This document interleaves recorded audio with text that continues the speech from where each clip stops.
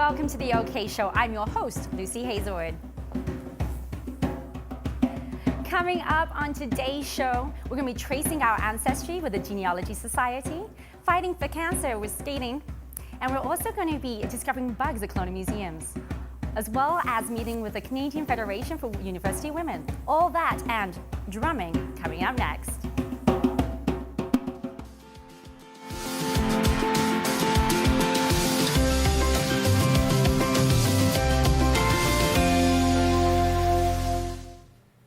I'm here with Jen Garner with Kelowna Museums and a whole bunch of kind of unwelcome guests. Jen, why do we have a table full of bugs today? So I brought a table full of bugs today to talk about our upcoming spring break programs. So we have Bugs Masters of Disguise next Tuesday at the museum from 10 to 1 and Thursday from 10 to 1. They're drop-in programs, so they're designed for parents and caregivers to come with the kids and explore the wonderful world of bugs. Fantastic. So you said Masters of Disguise. Can you show me an example of a master in disguise? Sure thing. So insects are so cool because they are experts at camouflage, and they're also experts at mimicry, so trying to look like something that they're not, usually to ward off predators. So the best example I have here is this beautiful morpho butterfly. Wow. So we've got these bright iridescent colors, but then if a predator is coming closer and it needs to look a bit scary, it'll flip around and look like a bunch of faces looking at you. So those are supposed to be like eyes. Wow.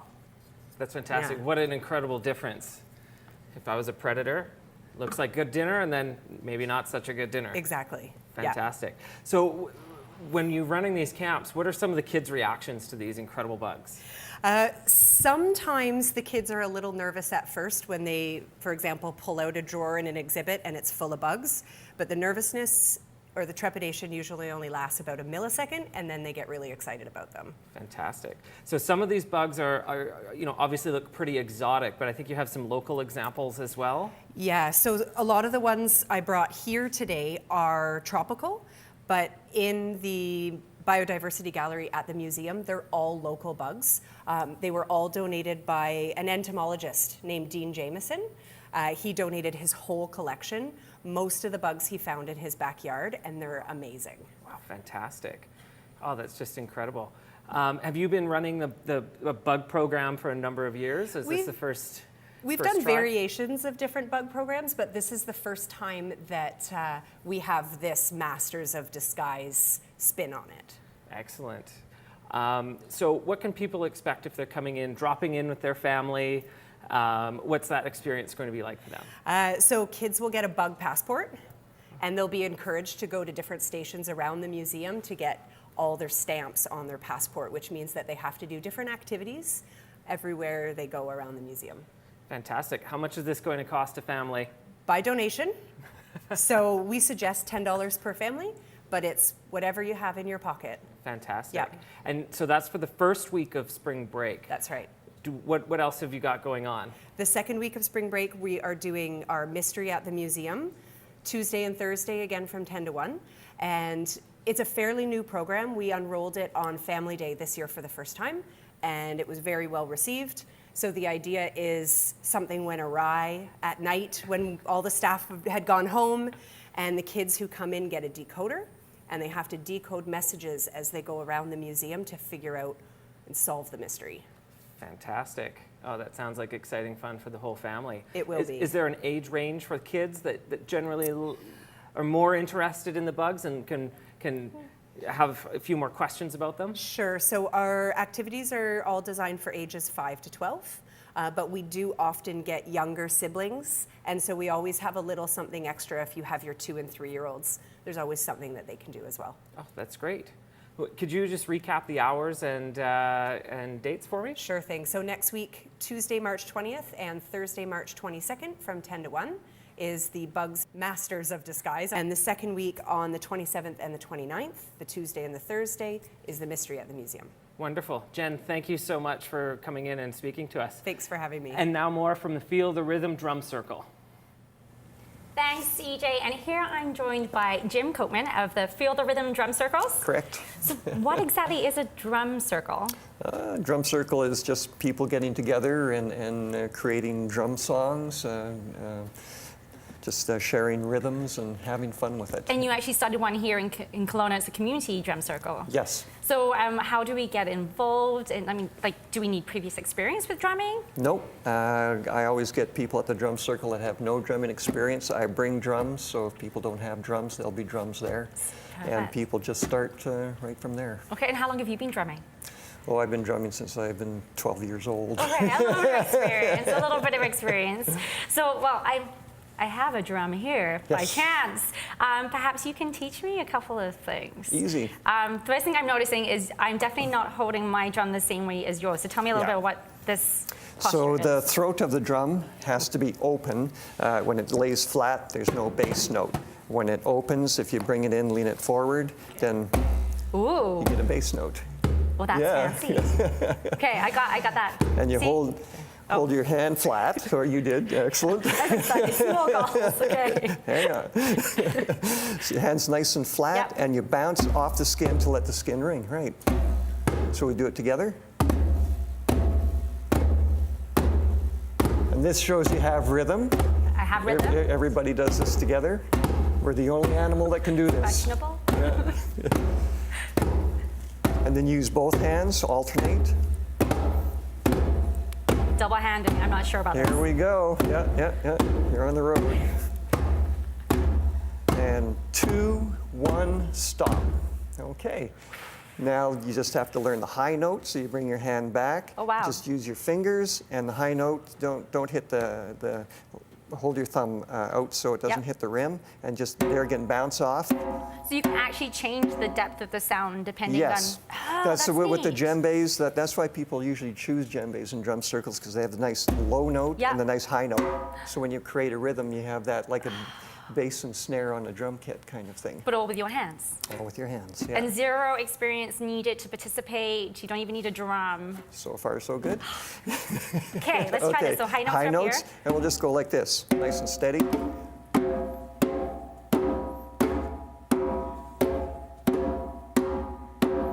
And 2, 1, stop. Now we'll put those two notes together, and we'll go like this. We'll go low, low, high, high. Okay.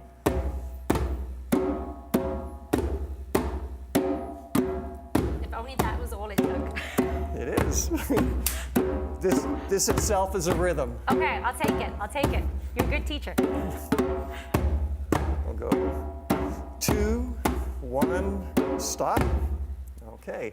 Now, so all a rhythm is a combination of low and high notes. Okay. And they can change around, subtract, add notes. So if we took that last high note away and still have the 4 counts, we'll go like this. Leave the space there, we'll go like this. Okay. And if you go to hockey games, Oh, it's like we will rock you. exactly. I'm on it. We will rock you. Yes. So this is your basic rock beat. Love it. Then we'll release the CD after this. of course. Then you do a little roll. Oh. Yeah.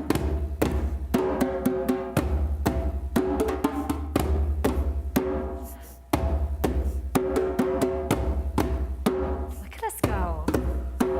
It really is that easy. Yeah. Then people can start to play around with it. That's amazing. Keep playing. Okay. Well, if you're even a little bit interested in something like this, I think it's a great opportunity to get to know different people, learn something new. This is incredibly Yeah. easy, actually, because you have a phenomenal teacher, and I think something fun, something different. Yeah. So how can we find out more information about the circles and where to sign up? And Well, you don't have to sign up. It's a drop-in. okay. So every first and third Wednesday of the month And where's that at? at the Rotary Center for the Arts. Okay. From 7 to 9 in the evening. Perfect. So zero excuses. Just show up, Yeah. and you've got the drums, and just Yep, there is Come out. a $10 drop-in Okay. fee. Yep. Yeah. Yeah. And I find this is a great way to, at the end of the day, to just get rid of the stress, Yeah. because there are a lot of nice benefits to drumming. Awesome. Well, thank you so much for sharing. Okay. Now we're going to head over and find out all about how we are skating to fight cancer. Thanks, Lucy. I'm here with Brian Shaw, who is from Love is Love Entertainment. Welcome, Brian. So I'm going to start off right off the bat just asking you, what is Love Entertainment? Love is Love Entertainment is a nonprofit organization that I've started up to bring communities together and create awareness for many good causes. The first that we're teaming up with is Canadian Cancer Society to raise funds and awareness. We're going to be throwing community events and a healthy, active living lifestyle. So what do you mean by healthy, active living lifestyle?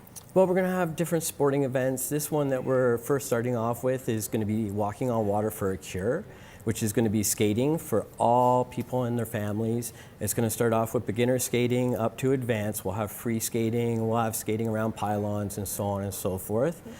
We just want to bring communities together and have them more active and get involved and meet and create more awareness. Wonderful. You also mentioned earlier that there was a soccer element that you've added to this event now? Yes, Yeah? we're going to be going down to Capital News Center, and we got some ice. And as I'm out in the community and talking to more and more people, cancer affects everyone's family. So I've got so much great support so far and feedback that we've decided actually to expand it to have soccer as well, so we can have some games. We're going to have some frisbee tosses and raffles and a live auction that's going to start at the event. But we had a little twist on this, as we're going to have the auction start online as of now, and this will create more hype coming up into the event. And then as the event starts, the online part of the auction is going to close, and the people that actually come down to the event are going to still be able to bid on those items. So a little incentive to actually get down to the actual event on the day. You got it. Awesome. So where did you get the idea to form this organization that's helping out all these other organizations in the community? I've had a dream since I was a little boy, about 14, and as I learned through life, you need experiences and you go on your journey and you learn. And through volunteering in the community many times for other causes, I've kind of put this together and realized that this is time to make a difference and get out there and lead by example and pay it forward. Awesome. So why the Canadian Cancer Society? Why did you decide to kick things off with them? My father was diagnosed with cancer about 3 or 4 years ago, and he's gone through some struggles. And I know cancer affects everyone's family. So that combined with hitting 40 in my midlife crisis, I guess, I decided that instead of going out and getting a fancy new sports car, it was time to use the wisdom and the knowledge that I've learned through my life and my journeys and travel to give back to society and pay it forward and just lead by example and bring communities together and create more awareness. Something that I'm really looking forward to in the future besides Cancer Society will be mental health. I know that affects a lot of families, and we'd like to get more research in that and development and help out people. Wonderful. So this organization, Love is Love, can help other organizations, you said on a large scale, on a smaller local scale. Really, they can contact you. You guys take care of everything for them, correct? Yeah. We're an event planning company. We're going to be doing fundraisers with the online auctions as well as throwing community events. So I've been getting actually feedback worldwide now that people want us to be involved in helping some of their good causes. Awesome. And so how can other people get involved? Can people go to a website to volunteer for these events, or if they want to help sponsor these events, how can they get in touch with you? Yeah, we're always looking for donations for items that we can auction or raffle or prizes. We're looking for sponsors as well. You can go on to loveisluv.ca, and that's LUVISLUV.ca, or loveisloveentertainment.org. We also have a Facebook page up that's Love is Love Entertainment.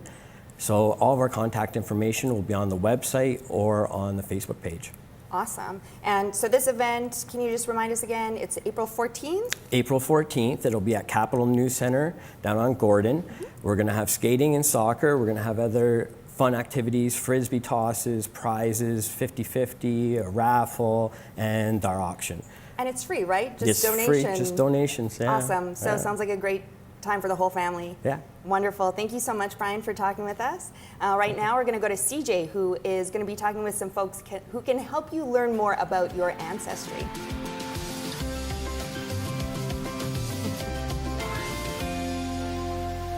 And I'm here with Rob Corbett with the Kelowna and District Genealogical Society and Allison Heyman with the Okanagan Regional Library. Welcome, you guys. Thanks for coming today. Rob, what is a genealogical society? We're just a group of people who have a common interest in finding our family history. Okay. How did you get started with this group? A number of years ago, I was planning a trip to Ireland, and I'd heard that my father's family had originally come from there, so I thought it would be a shame if I was in the right spot where my ancestors had come from, but I didn't know that. Right. So, with your group, what are people generally looking for when they get in touch? Well, they're trying to trace their family back as far as they can in most cases. They just want to know a little bit more about how their ancestors lived, where they lived, and what made them, in most cases, move to Canada. How long have you been doing this with the Genealogical Society? Personally, about 15 years, I think now. So it's been around for quite a long time. Our society actually started in 1984, Oh, wow. and we were registered in 1985. We're currently a BC registered charity. Oh, fantastic. Oh, that's wonderful. Do you have an interesting story about somebody finding out something interesting about their past? I found out some interesting things myself. On my mother's line, I traced back to my fourth great-grandmother. Her brother was executed for treason in England, and he took part in a revolt, and he was sentenced to be hung and then beheaded, and then drawn and quartered. But they skipped the drawing and quartering part. Anyway, kind of a gruesome tale, but it was very interesting. You have a partnership with the Okanagan Regional Library. Can you talk to me about that a little bit? By the year 2010, we had amassed quite a collection of books, and we had outgrown our space, which was at the time at Hawthorne Park. And so we approached the Okanagan Regional Library to see if we could include our library collection in their library facility. And we formed a partnership, and we've been working together with them ever since. Fantastic. Oh, thank you so much. Allison, so you're having genealogical meetups at the library. That's right. Tell me about those. What are those like? So they are just drop-in sessions that we have on Thursday evenings from about 5 to 7. And they're so popular now that they are also on Wednesday afternoons from 1 to 3. And what we do is the Genealogical Society has a genealogist in residence program. So they are the folks that guide people when they want to know about family history, and the library's part is to provide access to Ancestry, the database, and the tools to do the research. Fantastic. So anybody coming in with a library membership can come in during those times and gain access to that large database? Absolutely. And the database itself is great because you can bring your own laptop in if you want, and you can do all the saving and the printing right from and take your laptop home, and you've got all the information there. So when people get together for this meetup, what do they talk about? You never know. You never know. It's actually the genealogists that get all the great stories. I'm more the tech support, but I've done a little bit of research myself. And sometimes you learn things you would not expect, as Rob disclosed. I discovered that my great-grandparents, when they were wed, I saw a scan of their marriage certificate, and then I did the math and realized that my grandfather didn't arrive exactly 5 months after they got there. He was a little early, so you never know what you're going to find when you do the research. Interesting, interesting. Mm-hmm. So can you just recap for me, when are those dates, and obviously no charge? Yep, it's drop-in, it's absolutely free. It's every Wednesday afternoon from 1 to 3, and every Thursday evening from 5 to 7. Fantastic. Oh, thank you both so much for joining us. You're welcome. And now here's Emily with the community calendar. Hi, I'm Emily Strandebo, and here is some of what's happening in the Okanagan. There are free drop-in sessions for crafters, new or experienced. Bring in your portable projects, whether it's knitting, crocheting, or felt work, to the Okanagan Regional Library, Saturdays at 10 a.m. through August. Bring yourself a coffee to keep you going in the morning. The Vernon branch invites you to come out and get creative at the various art and card-making workshops on Sundays. Luckily, no artistic skill or experience is necessary. These workshops are suitable for adults and youth. Children must be accompanied by an adult. We rush, we hustle, we drive. It is the constant presence of and instant response to signage. Small Signs of Big Change is on display until the end of March at the Rotary Centre for the Arts.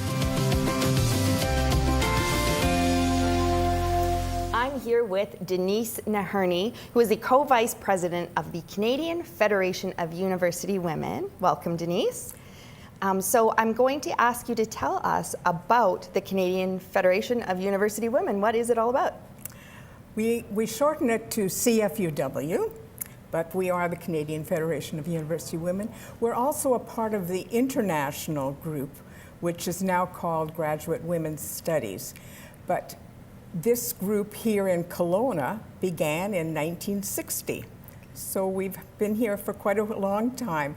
There are clubs across Canada, and altogether we have close to 10,000 members. Our primary interest is in education and the promotion of opportunities for women. So how did you get involved, and how long have you been involved? I've been with this group for 48 years. Wow. I joined as a young mom in order to get some adult conversation when you have little children at home. Right. And it's a wonderful group of women. We have many different careers, or I should say, the women have different careers, so you learn about what they've studied and where they've worked and what is happening in their lives. Sure. So is this for, well, I guess I'll just get you to tell me, who is this specifically for, this organization? The organization, as I said, is promotion of education. Mm-hmm. And we do meet as a social group. Okay. We have interest groups within the club, and so we get to know. We have a monthly meeting, I should first start out. Okay, great. With a guest speaker, and we socialize at those meetings. The next meeting is Monday, March the 19th, and we have a guest speaker with a slide presentation, Pam Lang. So we have guest speakers every month. Wonderful. So what's one of the main goals of the group locally? Does it differ at all across Canada or internationally?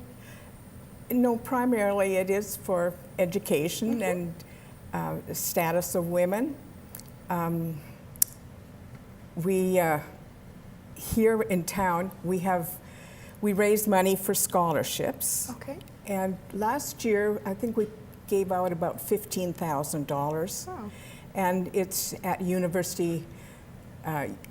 Okanagan University College and at the high school levels. Oh, great. And we also do it for the career technological groups. Yeah. So, awesome. Yes.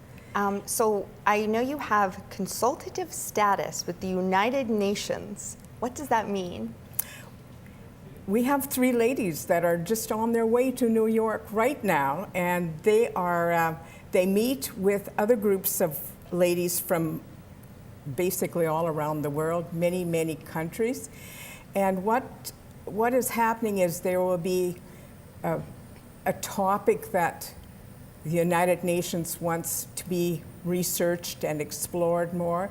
And by the consultative nature is that they're asking our opinions and how we feel about certain things. And there's many issues that we have to do for women, of course, in the world. Yes, Yeah. of course. Especially right now, everything's very public and people are getting more vocal. Yes. It sounds like that must be something that's affecting the organization. And what would be nice is when they come back from New York, perhaps you can interview those 3 ladies. You're really out getting the word out. I like it. So if people are interested in getting involved, what's the criteria for getting involved with this? They do not have to be a a graduate of any university. We hope they have their interests that are similar to ours. And they're welcome to come as a guest to any of our meetings. And they can join. Our membership fee is not high, and so they could become a member. And within the group, then we meet we have a lot of interest groups. For example, I was playing bridge this afternoon. We have book discussion groups. We meet for dining out or dining in, and we do crafts. There's a knitting group, and they make some wonderful projects. And so within the club, we have all these interest groups. That's wonderful.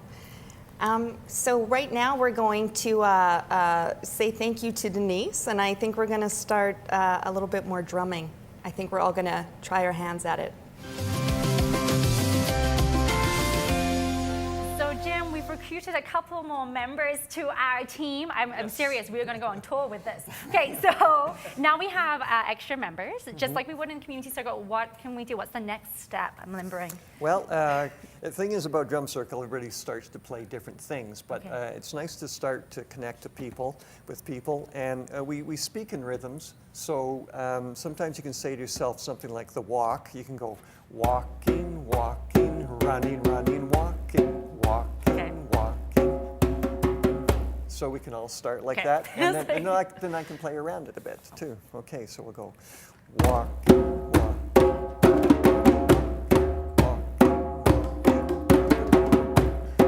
Anytime you want, it's okay. Oh, I'm gonna follow the lead person.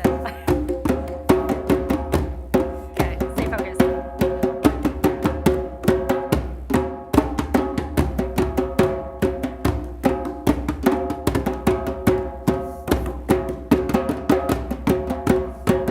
Well, that's fancy. You're loud. Oh, okay.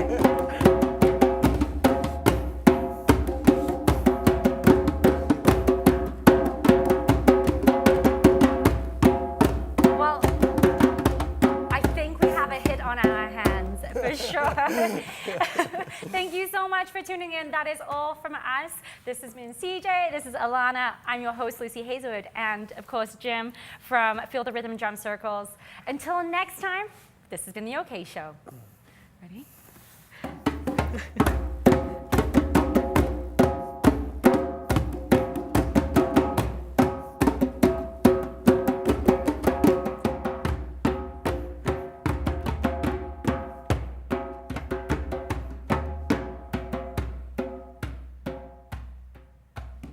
Okay. That was our fade out. That was fun. Excellent. Way to go.